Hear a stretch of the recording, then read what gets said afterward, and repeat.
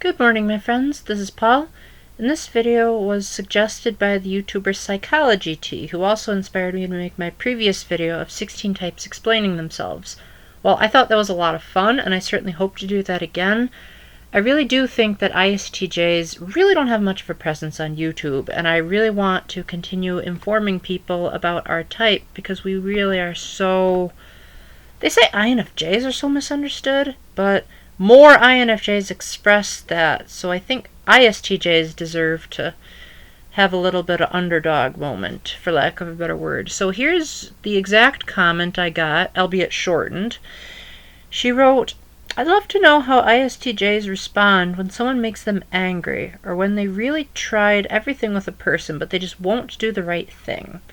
So, as far as the first part of your question, I kinda sorta already answered that in a previous episode, which was called How ISTJs Show Anger and Sadness.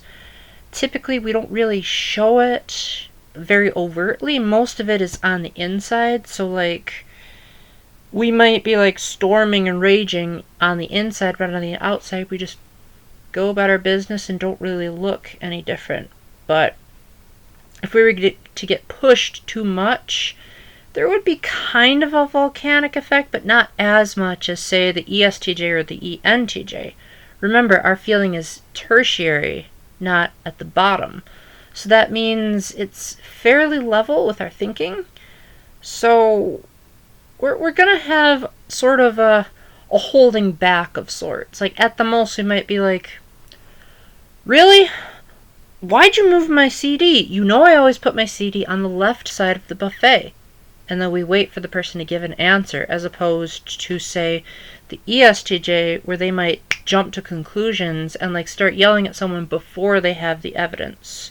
An ISTJ would probably go more like, "Okay, so the remote for my TV, it's not on top of the TV where I left it. Were you the one that took it? Okay, you weren't? Okay, do you happen to know where it was seen last?" You see, they're more inquisitive. They're not known to make snap judgmental statements. They're known to think things through before they get angry. The second part of the question is something that I used to really really despise INFJs for, which was the trying everything with a person, but they just won't do the right thing. Basically, when that kind of situation happens, an ISTJ feels like that's an absolute last resort. Kind of one of those, if you get an emergency button in a TV show and it says, "Do not press unless absolutely necessary," or "This is a secret self-destruct mechanism. Use it only when you're at the absolute bottom of the barrel." Because ISTJs are known as being one of the most loyal types ever. Because feeling is tertiary, that means we're not necessarily going to be the best at expressing our loyalty, but we're going to show it so deeply because the introverted sensing, introverted feeling combo is going to say, "This is familiar, and I firmly believe it." And the only other type that even comes close to that is the INFP.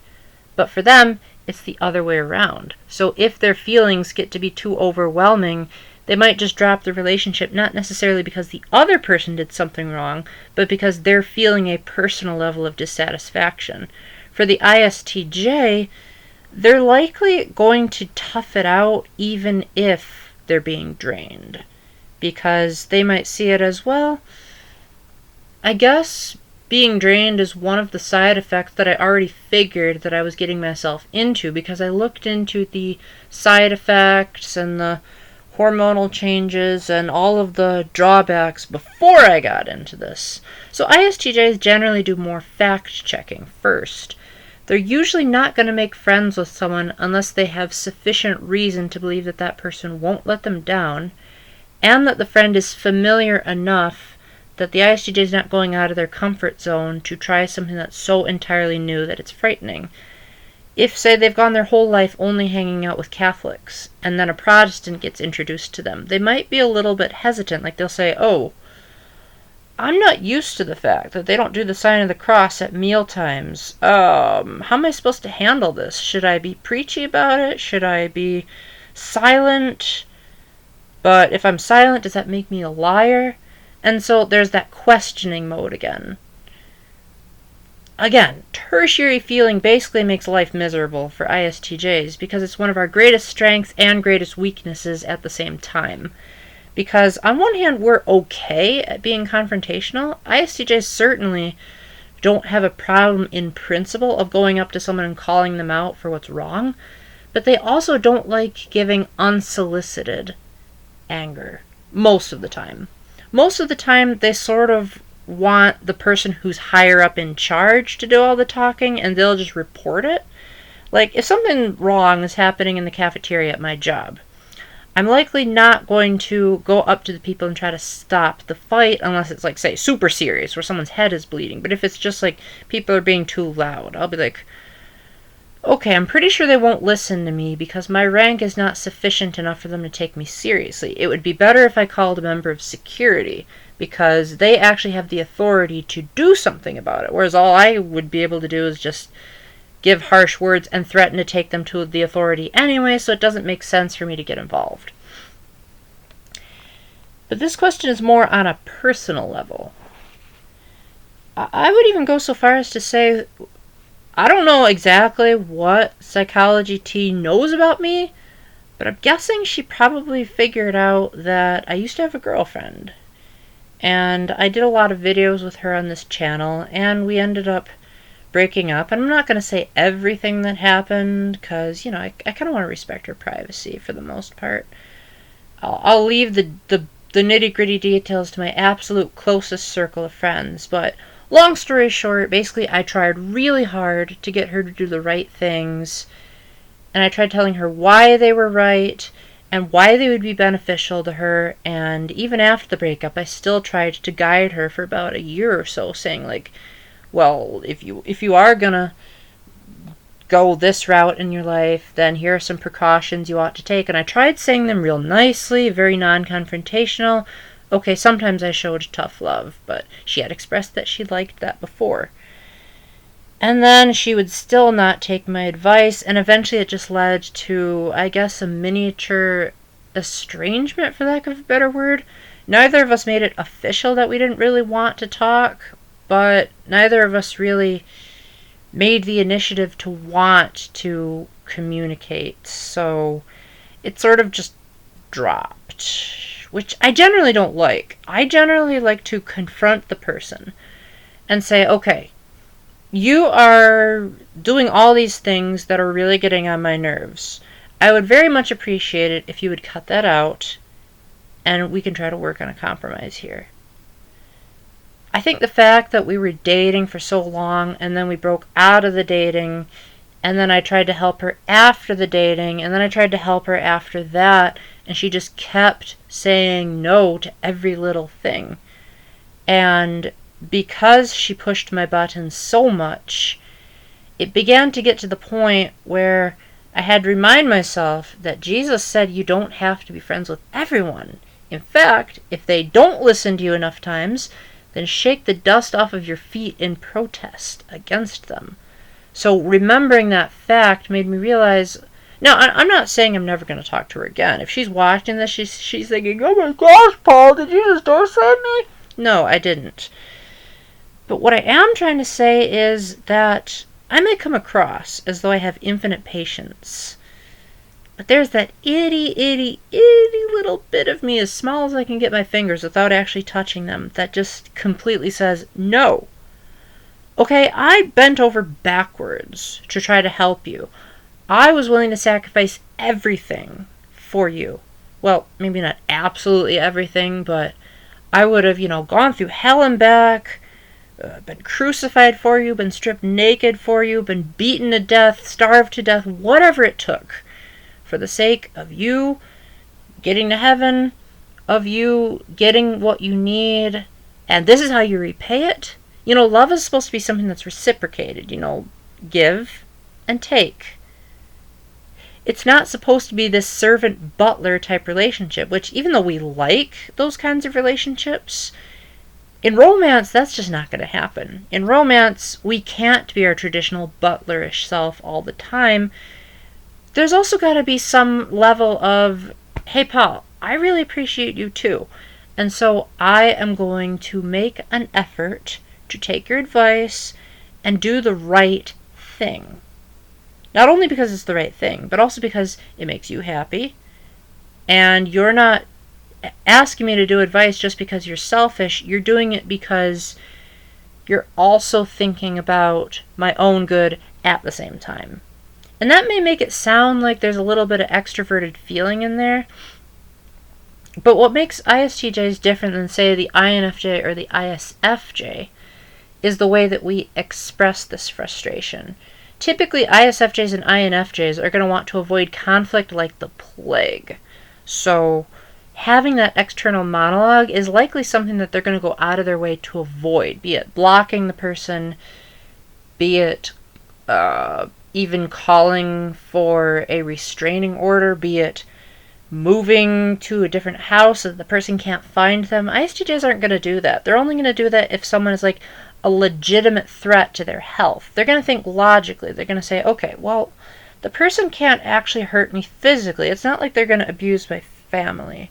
So a restraining order probably isn't necessary because, I could just not pick up the phone. It's not that big of a deal. We're likely to more so have this internal frustration, and we'll likely have a hard time wanting to open up about it to other people because we'll think that we're the only person in the world that's doing it wrong, and that we probably should have seen this coming. Because I'm not saying this is right. I'm not trying to justify our behavior by any means. Just saying that generally the thought that crosses our mind is something along the lines of, okay, I've been gifted with a very great brain. I've been gifted with thinking things through and trying to figure out what the most objective, reasonable, logical outcome could be. The fact that I failed means that there's more blame to be placed on me because, unlike those other people, I have the ability to think objectively and reasonably. So what the heck did I do wrong? So there's a lot of blame, there's a lot of self-deprecation, there's a lot of judgment on other people for thinking that they're inferior because they might not happen to have logical reasoning. And the ISFJ and the INFJ are likely going to be more along the lines of sort of toughing out the rational approach at the end. Whereas the ISTJ is likely going to tough out the emotional approach in the end. Usually for us, we have to be convinced to just give in to what we're feeling. We will often put in a tremendous amount of effort, and sometimes we have a hard time saying no. Like people will say, hey, Paul, can you mow my lawn? Sure. Hey, Paul, can you shovel my driveway? Sure. Hey, Paul, can you paint my house? Sure. Eventually, we just have to stop saying sure and just say, okay, guys, I'm really overwhelmed. Could you please not put so much burden on us? And inwardly, we're feeling very sad. We're feeling very insecure. We're feeling betrayal. We hate feeling betrayed.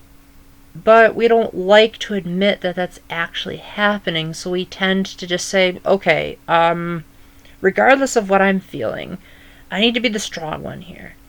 And sometimes that's just not going to work out, and we need to be brave enough to just say, okay, I tried everything I can. I need to objectively look at this from as outside a perspective as possible and realize this wasn't my fault. I looked at my conscience as best as I could. I looked at the Bible as best as I could. I reached out to a number of friends from multiple different denominations to try to see if maybe this was an a-religious topic. And from every single source that I have in my possession, I did everything I should have done. So therefore, there must be something wrong with the other person.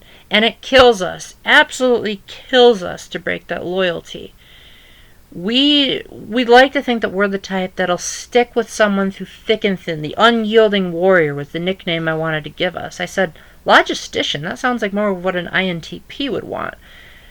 ISTJs are the ones that'll fight for their loved ones even when it kills them. The ones that'll be the Samwise Gamgee and pick people up despite our lack of strength. And carry them through the mountains of Mordor. But we also have a tendency to think that we can do more than we're capable of. So we just got to learn how to back off and say, okay, guys,